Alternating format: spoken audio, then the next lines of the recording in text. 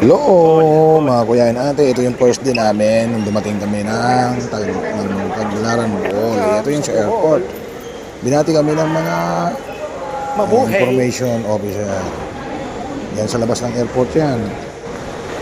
Tapos nagpunta kami ng Baclayon Church. Yan, siyempre hindi natin magpa-picture.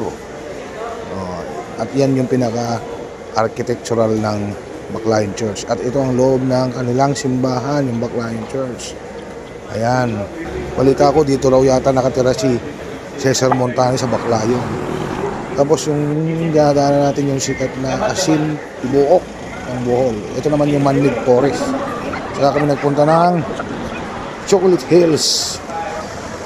Ayan. Hindi mukhang chocolate ngayon kasi berdeng-berde. Saka lang mukhang chocolate yan pag nagbra-brown yung mga damo. Ayan o, guwapo. Sabay turo.